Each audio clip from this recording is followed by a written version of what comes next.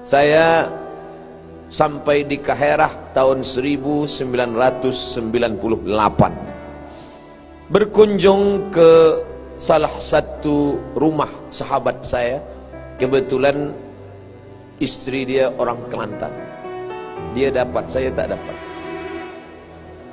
Saya tengok di dinding rumah itu ada gambar orang bersorban, wajahnya sejuk. Begitu rupanya orang soleh. Melihat wajahnya ingat kita pada Allah. Lama saya tengok, saya tak kenal ini siapa. Lalu saya tanya sambil berbisik, ini gambar siapa? Itu gambar Tok Guru Nek Aziz. Oh, saya tak tanya banyak.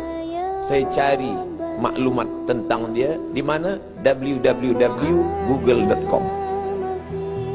Ini rumah dia. Dia duduk makan di lantai. Tak lama saya bercerita dengan pelajar-pelajar Malaysia yang waktu itu mereka disatukan dalam PMRAM, Persatuan Mahasiswa Arab Republik Mesir. Mereka yang bersatu ini sahabat-sahabat kami, kawan-kawan kami semasa belajar di Al-Azhar Kaherah. Silih berganti mereka bercerita tentang kelebihan Tok Guru. Yang satu bercerita bahwa ada suatu ketika orang di tengah jalan, kereta dia rosak, tak boleh melanjutkan perjalanan. Masa itu ada berjumpa dengan Tok Guru, tapi dia tak kenal. Lalu Tok Guru mengatakan, bila kereta awak rosak, tak boleh teruskan perjalanan, pakailah kereta ini. Lalu orang yang kereta rosak tadi, dia pakai kereta Tok Guru. Dia tak tahu ni kereta siapa. Dia tengok ini orang baik saja. Lepas itu dia bawa ke tempat servis untuk membetulkan kereta. Orang terkejut. Awak siapa? Saya orang biasa. Kenapa awak boleh bawa kereta Tok Guru? Oh, ini kereta Tok Guru kah? Ya. Di mana awak berjumpa? Di tengah jalan. Sebab tadi kereta tiba-tiba rosak saja dan ada orang bagi pinjaman. Ini kereta Tok Guru. Dan dia bukan setakat guru agama saja, bukan setakat orang yang faham agama saja. Dia adalah seorang yang amat berhormat, seorang menteri besar.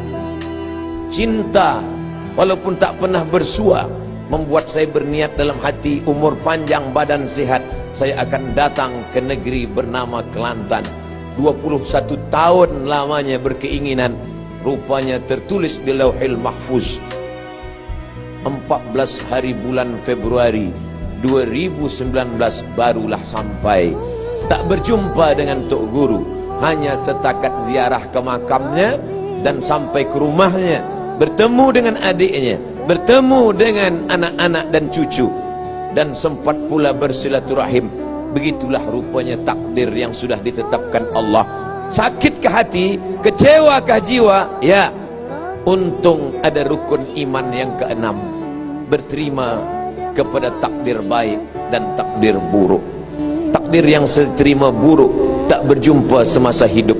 Maka sakit hati saya setiap kali menengok gambar sahibul fadilah Ustaz Azhar Idrus. Bukan cuma berjumpa berguru, bahkan sempat pula ikut membawa jenazahnya ke makam. Allahu Akbar. Tapi apa mau dikata, yang lalu tak dapat diulang. Lan tarji'al ayyamul lati madat. Hari yang lalu tak dapat diulang. Menetes air mata darah tak boleh diulang. Apakah Al-Faqir Abdul Somad layak disebut sebagai murid?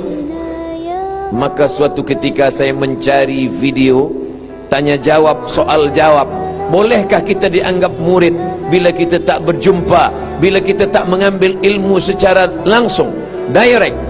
Kita hanya dengar kajinya, kita hanya tonton YouTube-nya, kita hanya pandang videonya, tengok gambarnya. Apakah kita dianggap murid?